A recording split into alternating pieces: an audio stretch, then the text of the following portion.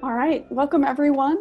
My name is Shelby Lamar. I'm the Assistant Director of the Preparing Future Faculty program here at Claremont Graduate University. And for the next hour, we are going to be talking about how to cope with the load of being a graduate student. And we're going to talk in particular about reference management software. So this is something that is going to help you so much in your graduate school life.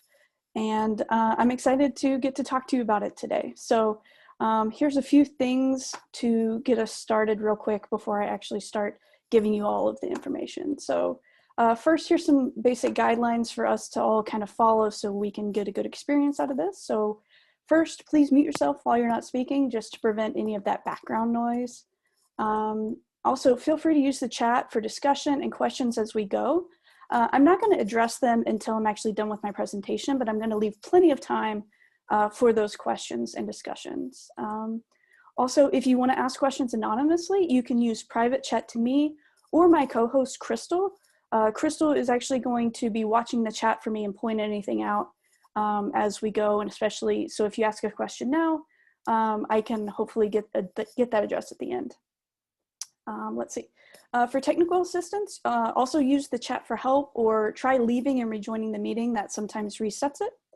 And lastly, do check your name, that it's like correct, or we can read it. So if you have a question, we can kind of talk to you. And you can do that by clicking on the three dots on the upper right-hand corner of your picture if you hover your mouse over it. Okay, so let's see here. Next, just a recording notification. We are going to record this webinar, and the video will be made available for others to view afterwards, especially on the PFF website. But your name is not going to be recorded on the video, so you don't have to worry about that. And the chat and names are also not going to be recorded, so you can be pretty anonymous if that concerns you. All right, so let's talk about what we're going to talk about today. So I'm going to answer 3 questions during this webinar. So the first one is going to be, why use a reference manager in graduate school? I'm going to talk about how do you use a reference manager, specifically for grad school. And then where can you find more help? Because I cannot answer all the questions in the 1 hour we have today, but there's definitely some help, especially in CGU, for you to get more help. All right, so let's get right into it. Why should you use a reference manager? And I think that a lot of people don't think about this. I know I didn't think about it in my first year in grad school because I didn't even know what a reference manager was. So let's talk about it. I'm going to ask you a few questions and I want you to just think about it. So how many articles and books do you think you will have read by the end of, let's say, a master's program or a PhD program? So how many articles or books do you think you will have read?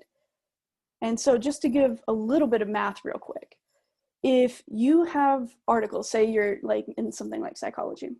So on average, let's say you have just 2 articles a week for 16 weeks of your class that are required reading.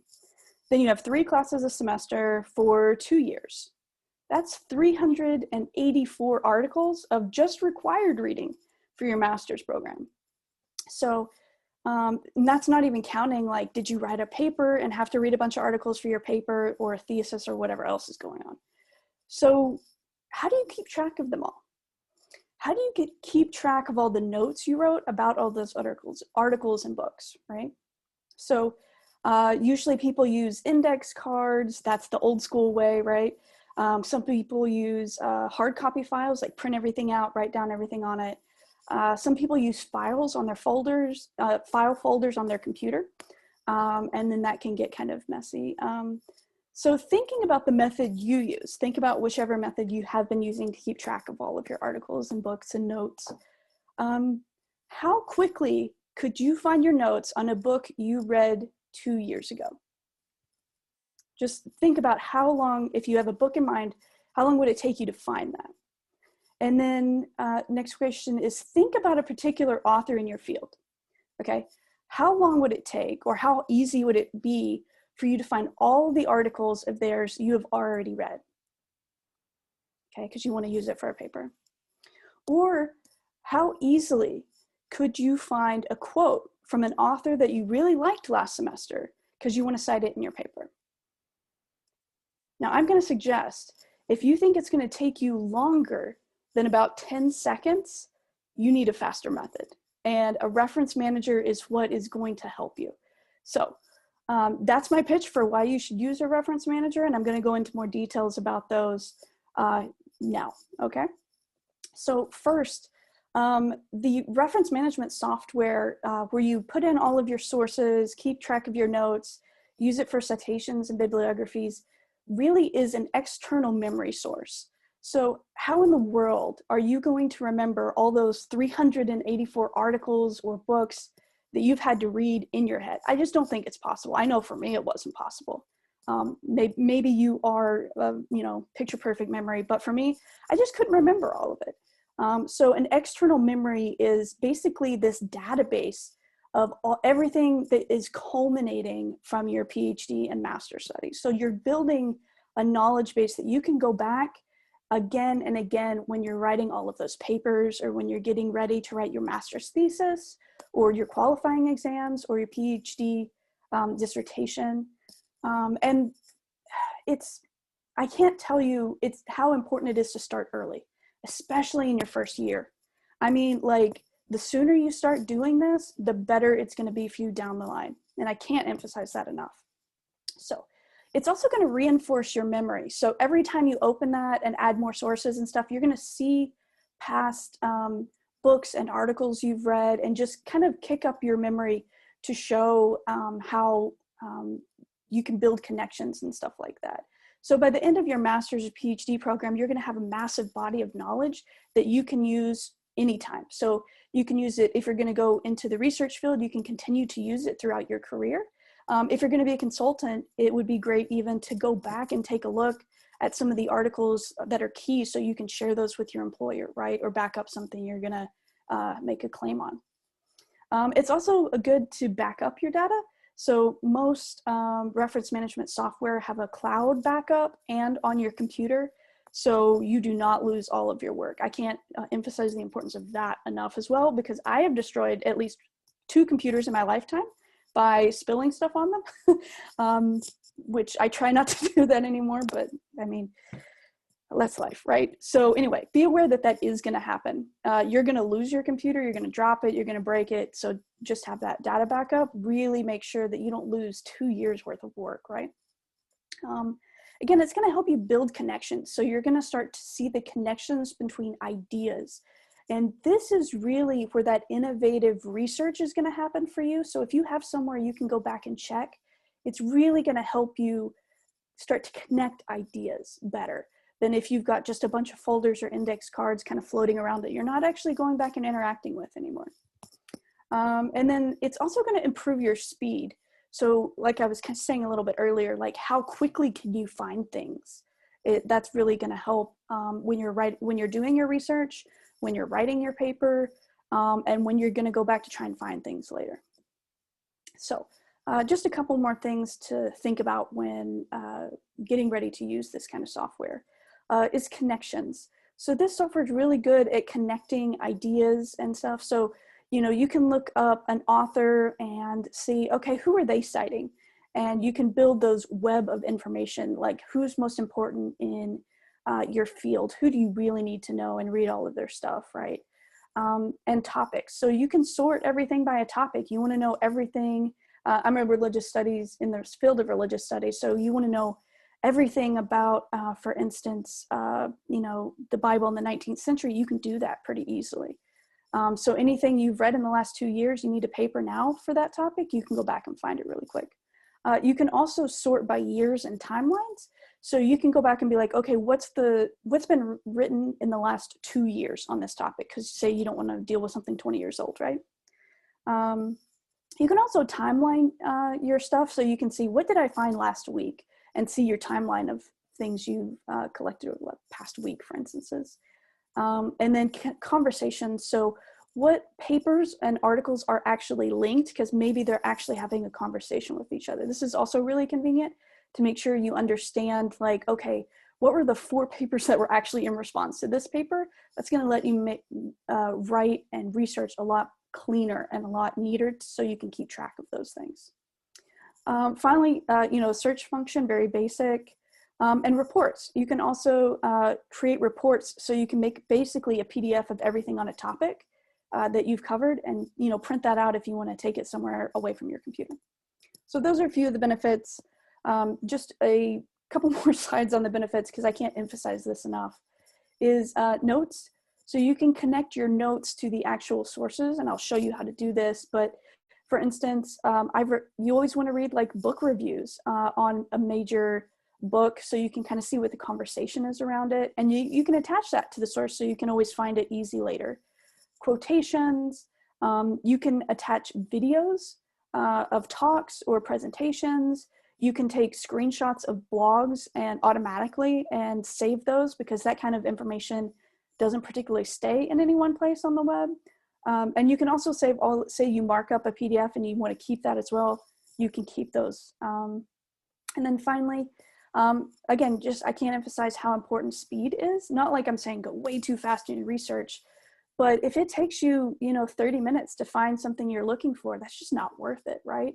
So making sure you can go, not waste your time on finding something, so you can use your time really well to read it and think about it. So it'll help you with your research. It'll help like in different stages. So in your research, when you're finding sources, you're actually writing, when you're citing as you're writing, and creating that bibliography and potentially a reading list, for instance, for quals. You can also create groups if you're doing a group research project, which I find really helpful. So you can make comments on things and share that in real time as well. All right, so that's all the reasons and my pitch for using reference management software. Now let's talk about which one. So these are just a snippet of some of the reference management software out there. And I'm gonna tell you that I use Zotero. I've used Zotero for years, and I would suggest you do it too. Zotero is, I think it's the best one out there. If you have different needs, feel free to use another one. So I'm gonna go over how to use Zotero in particular, but even if you don't use Zotero, please use something. Because again, this is gonna save you so much time and just make your life so much easier. So here's why I think you should use Zotero in particular. So first, it's free and open source. You're not gonna have to pay for it. There are some other free softwares out there. And my personal opinion is you shouldn't use Mendeley because it's owned by, Elsevier. But anyway, it's, I try to avoid that company because many scholars, including like the California UC system, is boycotting them over their profit margins and copyright practices and stuff like that. So that's my pitch for free and open source. Also because a community of people like work on making plugins for it and stuff. So that's my pitch for that. It also works with Word, Microsoft Word, Google, LibreOffice, and then they have a lot of plugins for other things too that have been created by the community, like LaTeX and stuff like that. It's not tied to any PDF reader, so no matter what PDF reader you want to use, you can use it with Zotero. Other softwares make you use their PDF reader. I have a preference of using Adobe. That's just me, so I like choices. It also has cloud and or local storage, so you can make sure and back that up. It also, it does have a limited amount of storage that's free, but it is one of the cheaper unlimited storage, cloud storage systems that you just pay annually, and it's within my budget, so hopefully it's easier for other people as well, if that's how much storage you need. I haven't even gotten up to the unlimited storage needed yet, so you probably won't get there. And then, so you don't have to switch later. So one thing I would suggest before using a reference management software is do some research on the different kinds if you don't want to use Zotero, and pick which one you're going to use for the rest of your at least degree program, because it's really hard to switch when you start one. So I would make sure and pick one that you're going to be happy with. That's why I went with Zotero, because I know I'm not going to pay a subscription fee, that kind of thing. And I know I used it all through grad school. So be sure you're not going to want to switch later, because you can do it. It's just kind of difficult. All right. So now let's get into how to use Zotero. So these are some of the things I'm going to quickly go over.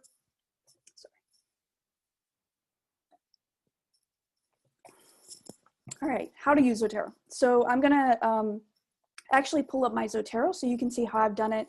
And I'm gonna pull up my qualifying exams folder, right, and how I did that. So I'm gonna show you how to use folders, tags, the search function, how to sort your sources, how to use the related function, connect notes, how to add sources, and then a little bit about plugins and citations, but I'm just going to cover that lightly because I'm not going to go through all of them like Word and everything else, because it might depend on which one you want to use, and I only have an hour. But there's plenty of videos, and I'll show you where you can go and like take a look at other people who have done some stuff on it for which particular one you want to use. And then I'll show you how to create a bibliography as well. So let me go ahead and pull up my actual Zotero. All right, can everyone see this? A little thumbs up or not? Okay, great, thanks, Crystal. So this is mine, and this is my actual Zotero that I'm sharing with you here. So this is for my qualifying exams, at least where we are right now. But first, before we start down the list of things I'm going to share, I'm just going to show you, like, what does this mean? What exactly are you looking at here, right? So this is what it looks like when you download it. And again, I'll put the links and stuff in the chat when I get to the end here. But this is what it looks like. And you've got 3 main columns here. So this is where all your folders are. This contains all of the notes and books in your whole library. And then you can create folders with this button to organize things a little bit better. So anything at all you have in your library is going to be housed here, and then you can break that up into folders. So for my qualifying exam, I made a quals folder, and then I had 3 main qualifying exams. And so I broke those up by exam because they were, you have like 1 a day. And so I wanted to be able to focus on one and then the other and everything. Made it a little bit easier for me. And so that's what you're seeing here is you can kind of flip through to the different folders. I also have an archive folder of just everything that I'm not currently working on. So some of the past papers, I'll create a folder for that paper of everything I'm using. And then once it's done, I'll just pop it into the archive so I don't have to see it anymore. And here you can see I have a couple group libraries that I belong to. So we share sources, anyone can add to it and create notes and stuff. And then down here, this is my tags, my tag area. So you can see all of the tags that are active in this folder. Or if I click here, you can see all of the tags that are actually in my whole library. So let's go back here. And so this middle area is all the sources that I actually have in that folder. So this would be all of the books and articles. I have some dissertations, some random notes. I have a note about what my professor that was helping me on this particular project said to me in an email, for instance. So it's kind of all there at once. And in this area, you can see the little images show you what it is. So is it a book or an article or something like that? You can see I even saved the CV of one of the authors that was one of my main authors that I was going to be in conversation with because I want to know everything she had written, right? So I just popped that in there as well. And then you can choose whatever you want to show here. So for instance, if you want to, maybe you want to turn on the date or the publisher or anything like that, you can set up all of the columns you want. This is how I like mine, for instance. And then let's take a look at this last column. So this is the very particular things about whatever source you have highlighted here. So for instance, this was one of the main articles that I worked on. And you can see all the attachments I have to this article when you hit the little drop down, right? So I saved, let's see, I saved a couple of responses to it, some notes on it that I actually wrote. And then over here, you can see the basic citation information. So you should always double check this when you do add it to make sure it's correct. Then I tagged it with a few things. So instance, this was, the particular, what I was using for that question. And then you can see the related button. So these are all of the articles that are in direct conversation with this particular article, and then it'll go like, oh, there it is. I can take a look at that particular article. Okay, so that's the very basics of what Zotero kind of looks like and how to use it. So now I'm going to walk you through how to do the most basic functions, okay? And then after I walk you through the functions, I'm going to share a few links with you, and then I'm going to take questions and answers, okay? Or I'm going to take questions and hopefully give you answers. Let's talk really quick about folders. So I'm going to give you some advice, and here's how to do it, right? So this button will create a new folder. You just click it, put the name you want, good to go. It works a lot like any general folder on a computer would work, where you can nest them so that you can see, you know, I can roll all of that up into the quals folder and then have multiple folders in here. So my advice for folders is use folders for whatever project you're working on. So if you have a paper, make a folder for that paper. And then, you know, once you're done with it, stick it in your archive. You can always go back and later be like, what did I use on that paper? You can go back and take a look. So not using the folders for topics, but using the folders for projects, I think is really helpful because it'll help you search better. And I'll get into that a little bit later, but that's how I would suggest you use your folders. I also would suggest not making a lot of folders within each other. Keep it as as few folders as possible for a project. So my quals folder is the only one I really have multiple folders for, and that was because technically each qualifying exam was like one project in my mind. And so that's how I organized it with multiple folders. And then I did have an additional additions folder, and that was for books that I thought kind of connected across them, because it's bonus points in your quals if you can talk about some of the connections, right? So that's how I set that up.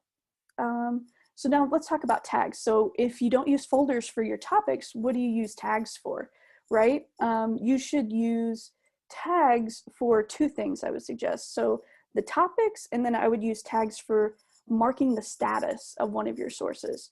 So as you can see, right here I have, so you can have 3 tags that are color-coded, and I would use those for particular things. I would use that for what do you need to read next? As you can see, I've got that one set up. And then notes is one where I took extensive notes on the book, and so I can mark it as I have extensive notes I need to go review in particular before my exam. And then you might have one that says red, so you could mark those as red. And as you see, you can have all 3 of those marked right there. So if you hit 1, 2, or 3, those tags will come up as colors. You can also go ahead and, let me show you here, go to the tags right here, and you can add tags. Just click that, type anything in, and it'll automatically tag it. Or you could come over here and say, okay, what did I have on slavery for all of this? And you can click it and see I didn't have much in the Hebrew Bible with slavery, but I did have some things.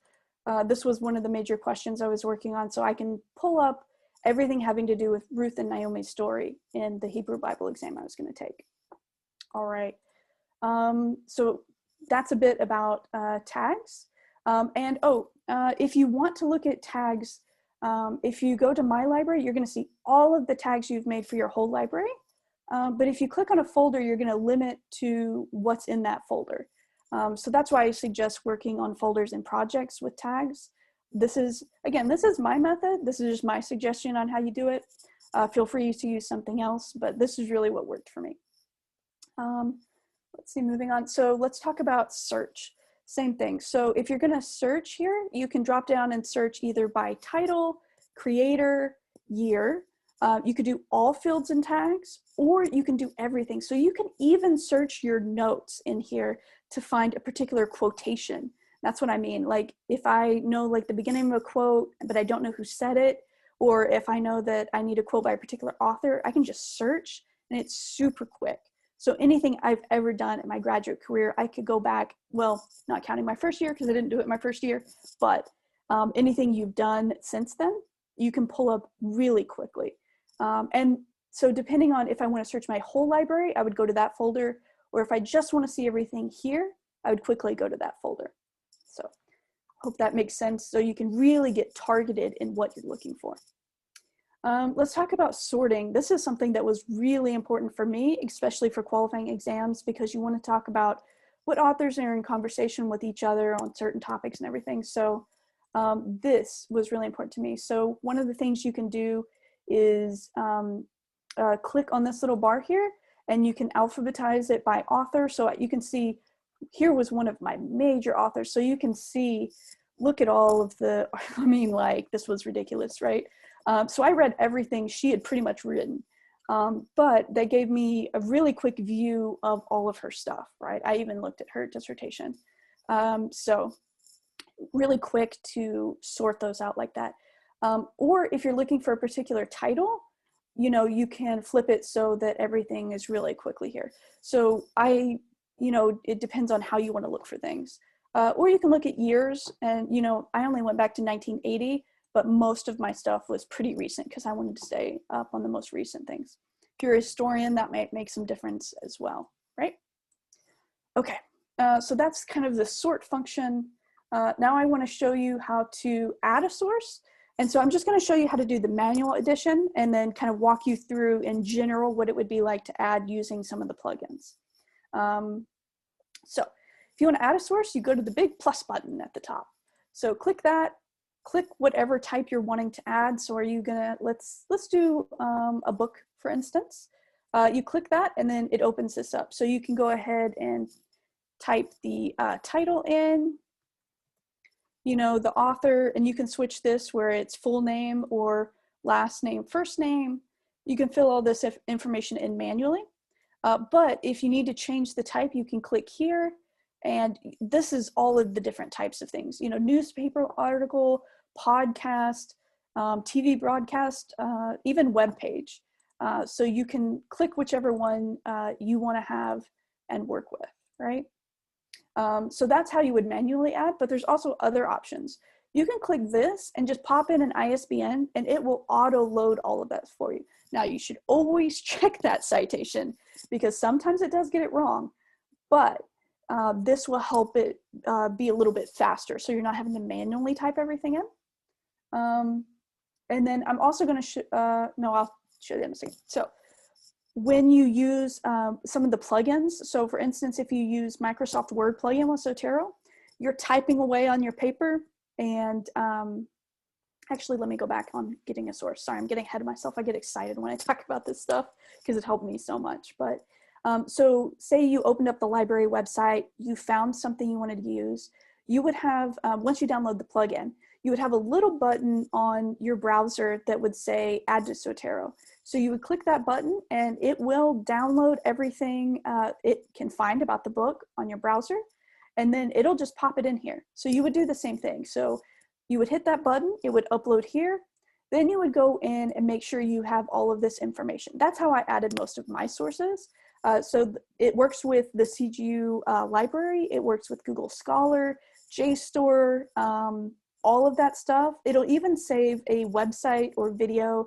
And I would really suggest if you are using websites for your research that you use this function because it will download the whole page. So even if later that website gets taken down for whatever reason or updated, you have a download of that website that you can always go back and see exactly how it looked when you first looked at it, which is really useful for blogs or discussion forums or something like that. So that's how the main ways to add a source. Now let's go ahead and talk about really quickly adding citations and bibliographies.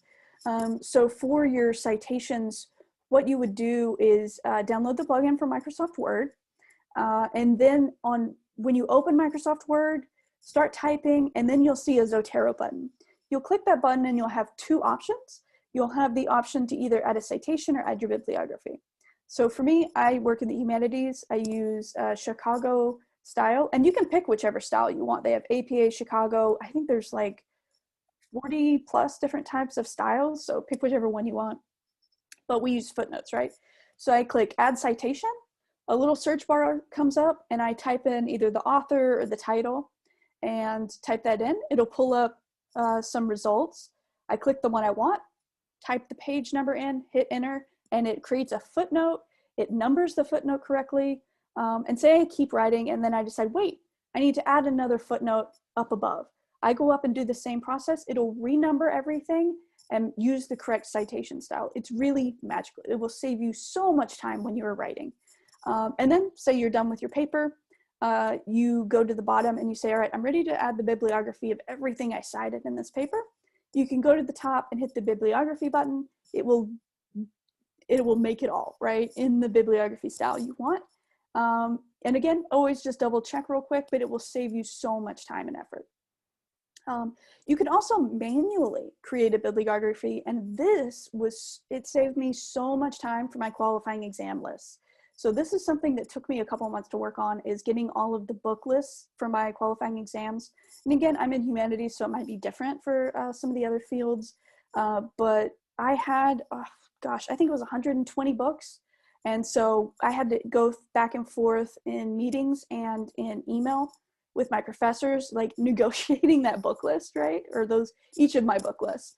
And so it's really easy to come in here. And so for instance, go to this one, hit Command A, so just to select all of them, or you can, drag your stuff down, right, to click some of them, right click, and you can create bibliographies from items, and it'll just, you can select, do you want APA, Chicago, whatever, and then copy to your clipboard, and you can paste it right into an email or a Microsoft Word. Because I had to go back and forth with my faculty several times, that was so much easier because it would automatically put it in alphabetical order, looked nice and neat. I was proud to send that to them even quickly after we had a meeting, where maybe I added 3 or 4 books or took some out. Then it was also really easy for me to go in and add some notes in between the meetings. So for my qualifying exams, that was super helpful. What else? I think that was it for the very basics of Zotero. Let's see. Slide back to my PowerPoint here real quick. All right. Can you see that again? We're good. All right, awesome. So now I'm just going to share with you some resources to answer that last question of how do you get more help on this, right? And then I'll go ahead and open the questions and hopefully answer some of your, open the questions and answer some of your questions. Open the questions and answer your questions. Anyway, so where to go for help? So first is the Claremont College's library. They have an instructions page, and they also have appointments with librarians where you can actually work with them and they can walk you through the steps. So that's the only reference management software that I know of that they officially give support for. They might be able to help you with something else, but that's one of the reasons why I suggest Zotero is they can actually walk you through Zotero. That's what they know as well. The second is actually Zotero's website. They have a huge support community where you can go and ask questions and people just help each other out. They also have some good tips pages and stuff like that, a list of all the plugins you can use. What's next? Just a plug for PFF services and social media. So if you have any questions in particular on teaching or getting ready to be a faculty member or anything like that, please make an appointment with us. We also have some teaching resources, certificates in college teaching, or a certificate in college teaching. We have an ethical pedagogy community, and you can follow us on social media. So again, I am the assistant director, so I have to make a plug for it, right? But Zotero could also be very useful when you're getting ready to teach a class as well. And you can, I'd be happy to talk to anyone about that as well. Next, I'm gonna put a feedback survey link in the chat here in just a second for you to take a look at after this is over. We appreciate any feedback that you have, just because it helps us get better, right? And then lastly, a simple plug for the next event, which is Unlocking the Mysteries of the US Workplace. You can take a look at a brief synopsis of this, kind of learning to navigate the cultural and political rules for success in a US organization. So that'll be October 22nd at 3 o'clock. All right, so let me open up chat here, put some links in for everyone. You don't have to take a look right now, but I hope those give you some resources and everything now then. I think that's it. Yeah, so I'm going to go ahead and open up the questions, and I'll field anything that you've had so far. You can feel free to pop those in the chat and I'll take a look.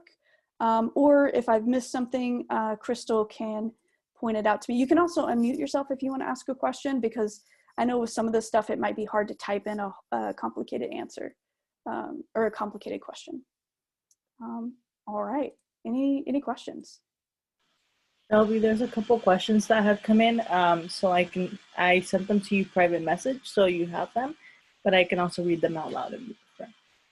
Okay, let's see. So we need to have the particular reference downloaded on our hard drive. I bookmark a lot of them on Chrome. So you don't have to download them if you don't want to. So you can just put the citation and not attach anything to the source.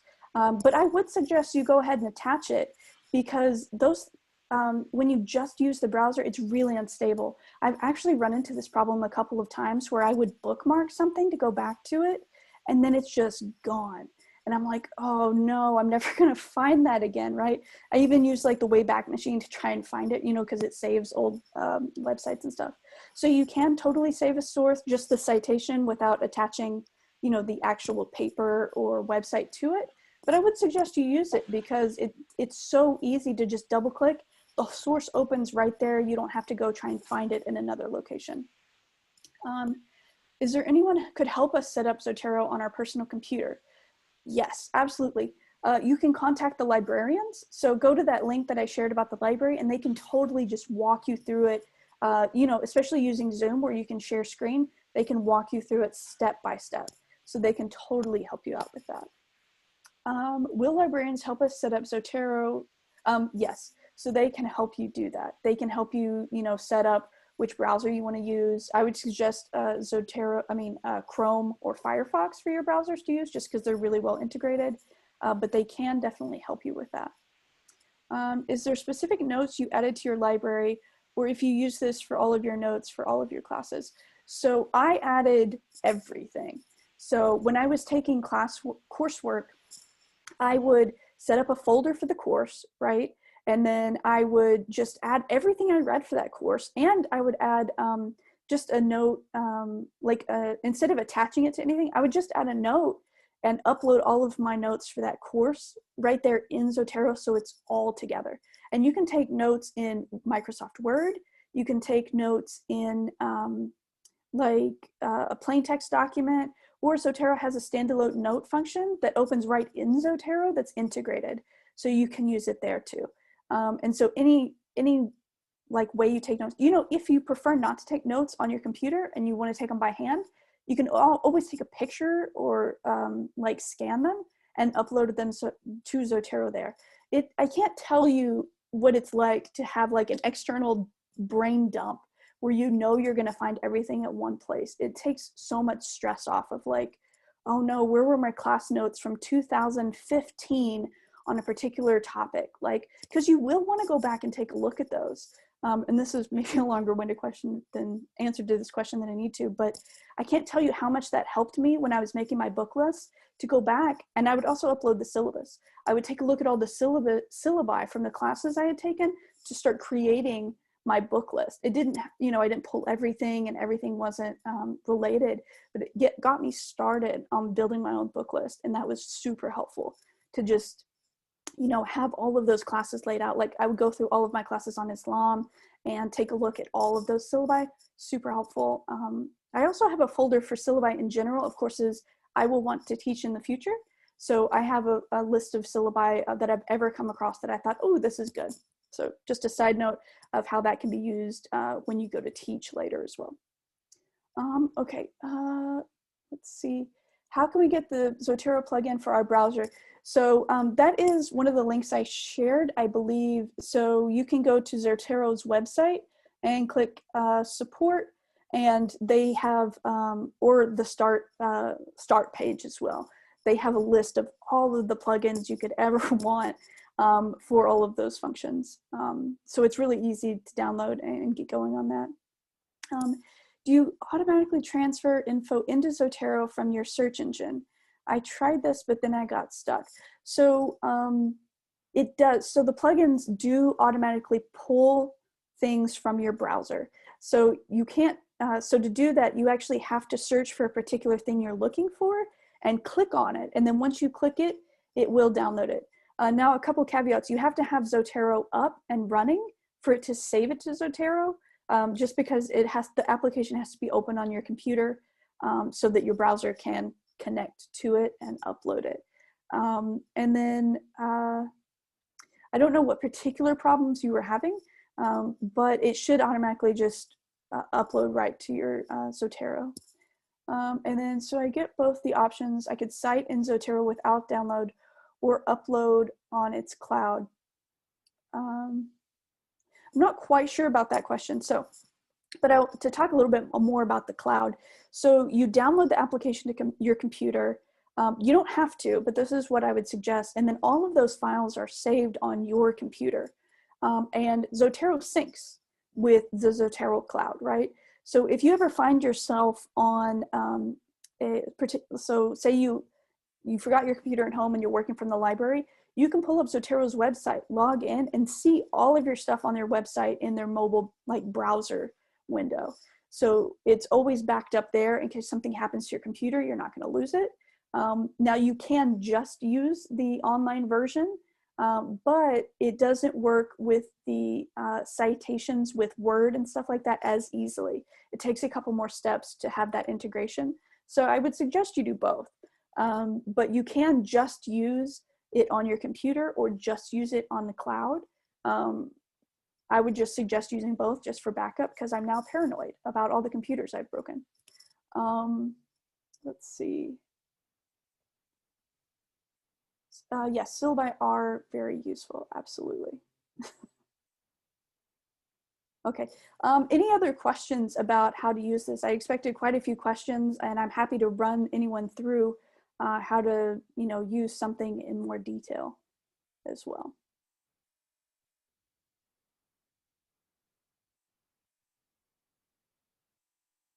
How to add notes, perfect, I would love to.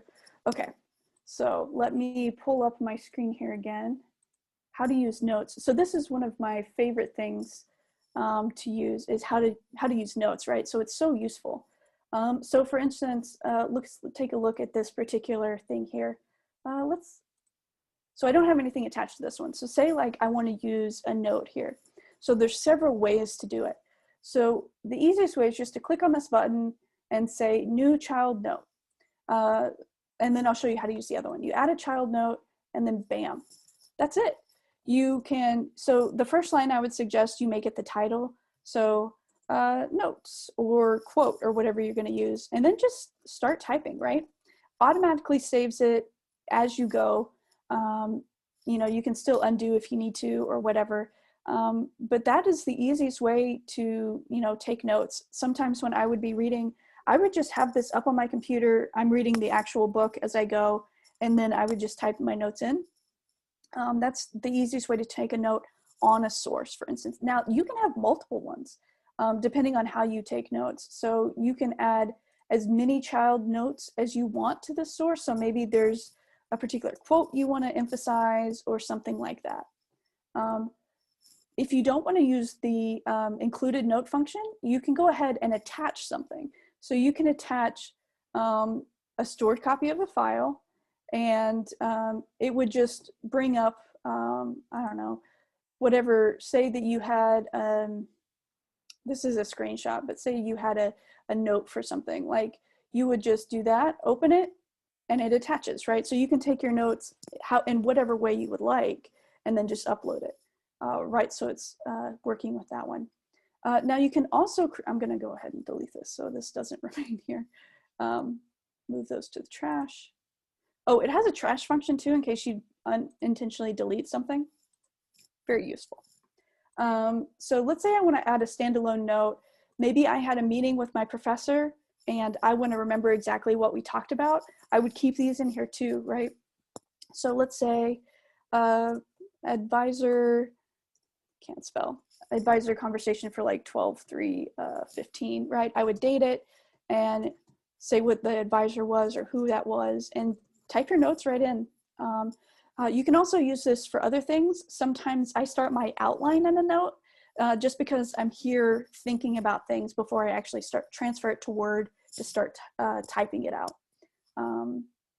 And then I think that's mostly it about notes, but you can also tag your notes. So for this, if you wanted to create a tag right here, you could say this is like, there we go. So maybe you want to tag something with your advisor, everything, all the conversations you had with them or whatever, you know, so you can add that right there. You can also click it related to some of your other sources if you want to do that as well. So there's a lot of flexibility with these type of things. You can really make it work however you want. You're gonna have to play with it a little bit to find what works for you and how much support you need. But I cannot tell you how much time reference management software saved me. Zotero saved me. Okay, any other questions about notes or how to use anything else? I know there's a ton of functionality here, and you might not even know which questions you should ask, but also feel free to unmute yourself if you have a question and just jump on in.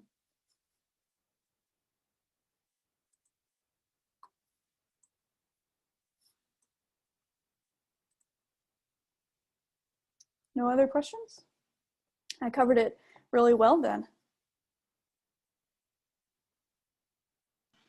Shelby, would you mind showing us an example of maybe how to actually do it in a Word document, do a citation using the plugin?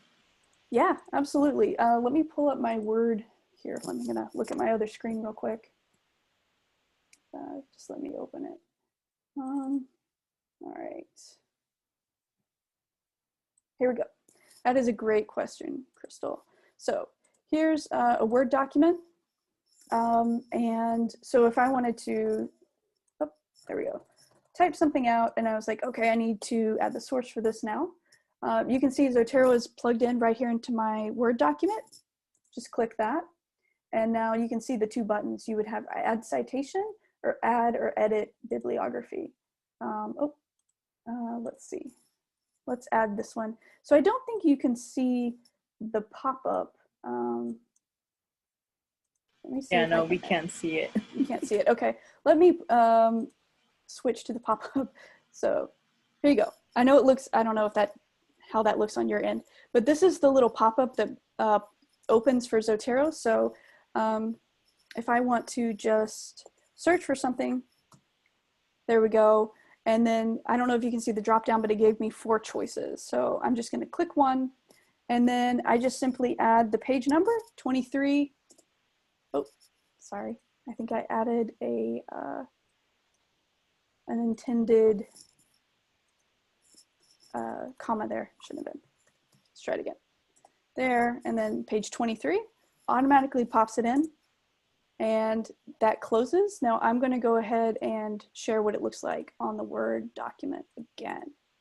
So we can come back here and you can see the footnote because that's what citations I need.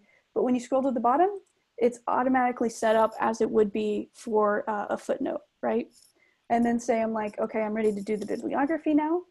I go up here, add the bibliography button. It takes it a second.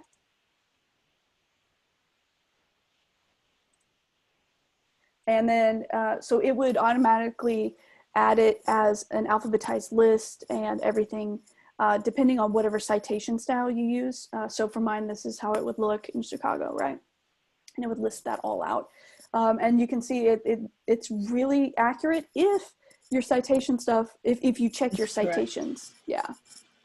Yeah, that's what I was gonna ask, because I know I've had this happen in the past where I have some readings that are like really old and the PDFs are, you know, not the best. And so then you really manually have to make sure you've entered all the information correctly, because it'll create citation information that may be completely wrong. And so you also have to do the due diligence of cleaning up whatever information is being provided before you can have the citation. Absolutely. And you know, I've had some people say like, oh, this takes more time to put all my sources in something like Zotero. And I would just suggest that, yes, it does. However, it will save you so much time over the long term. So you're investing in your time, right? So it might take you an extra minute or two to put your source into Zotero. It is going to be so worth it though when you get to those big projects at the end of your master's program with your thesis, when you get to your qualifying exams. You will save yourself hours in the future. I mean, I can't emphasize that enough. And the longer you plan on being an academic, the more time you're going to save for yourself. Like, I regret that year I did not use Zotero and reference management software. I still think about like the things I've lost, right? But the sooner you can start doing it, the better off you'll be and the better prepared you'll be for other things. Let's see. I have a lot of books downloaded on my drive. I could use those PDFs to cite using Zotero, am I right? Yes, so you can put all of those things into Zotero and use them to start doing that citation. A lot of books. I think that might have answered the question, but yeah, you can use the PDFs of entire books and put them in and stuff. I actually have some old texts that I use, so like stuff that was open source. I downloaded the whole book and put that right into my Zotero and then used those citations and stuff, you know, and I had a lot of articles too, so I would go ahead and highlight in those articles. Zotero will save all that. So next time you open that PDF document, you're going to have all of your highlights right in there already. So if you don't take a lot of notes but use a lot of highlighting, that you can, it'll save all of that type of stuff too. I also sometimes, when I was in the library, wanted to save like a whole image of a book. I would either take it to the scanner, or sometimes I'd just take a picture with my phone and then attach that so I could very quickly save the whole quote or something, so I didn't have to type that in by hand. So I used that method too when it was something that I really wanted to get a good picture of. So. I don't know if you've used this, Shelby, but I know I have an iPad, and I sometimes like to do written notes with the iPad. How does that translate using Zotero? Have you had that experience? So I don't have an iPad, unfortunately, but it would be very easy to still use. I do think that they have something for the iPad that you can download. Like, I think it's an app. I'm not sure. Don't quote me on that. But you can definitely take digital handwritten notes and then upload them again. Any type of file. I have not found one that I cannot attach to Zotero yet, because really it's just it's using your computer's natural setup. So any type of file, you can say you use OneNote or something like that, you can make that file, pop it in there, and you'll open that with whatever system is actually on your computer. So I use a lot of plain text documents to take notes because I can't get distracted by formatting and stuff as well as much. So that's what I usually use in my format instead of the Zotero standalone, the inbuilt Zotero notes. But I used to use those earlier on, and so I have those as well. Yeah, the recording is going to be available on the PFF website. So if you go to the PFF website and take a look at our events in a day or two, I'm going to put up the slides so you can make sure and review those. It'll also have the whole recording there so you can view it again. And I really would encourage you to go take a look at the librarian's website and the Zotero website, because they have great things that you could take a look at. There's so many functions I couldn't even go into today, because you can use this as in-depth as like masterclass kind of thing as you want, right? Even though I have been using it for years, there's functions that I don't use because I don't need that kind of superpower, right? So it kind of depends on how you want to use it. But I would definitely go take a look at some of those, especially the tips and tricks. Like, there's some shortcuts on your keyboard that you can use that can be really helpful to make things go even faster. But again, a little bit of time at the start here, you know, getting used to getting those sources in. You'll get faster as you go, by the way. You might think, oh, geez, it's taking me forever to enter one thing. But really, it will get so much faster, and you will save yourself so much time.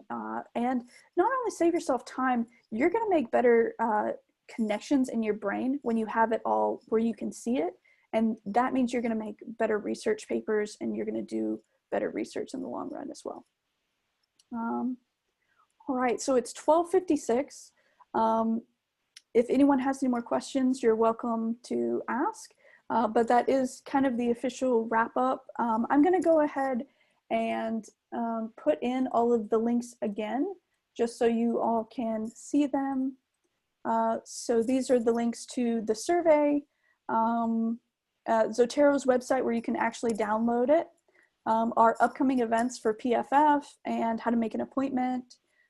You can also, the Claremont College's library link is in there as well. So thank you all for coming. I really appreciate it.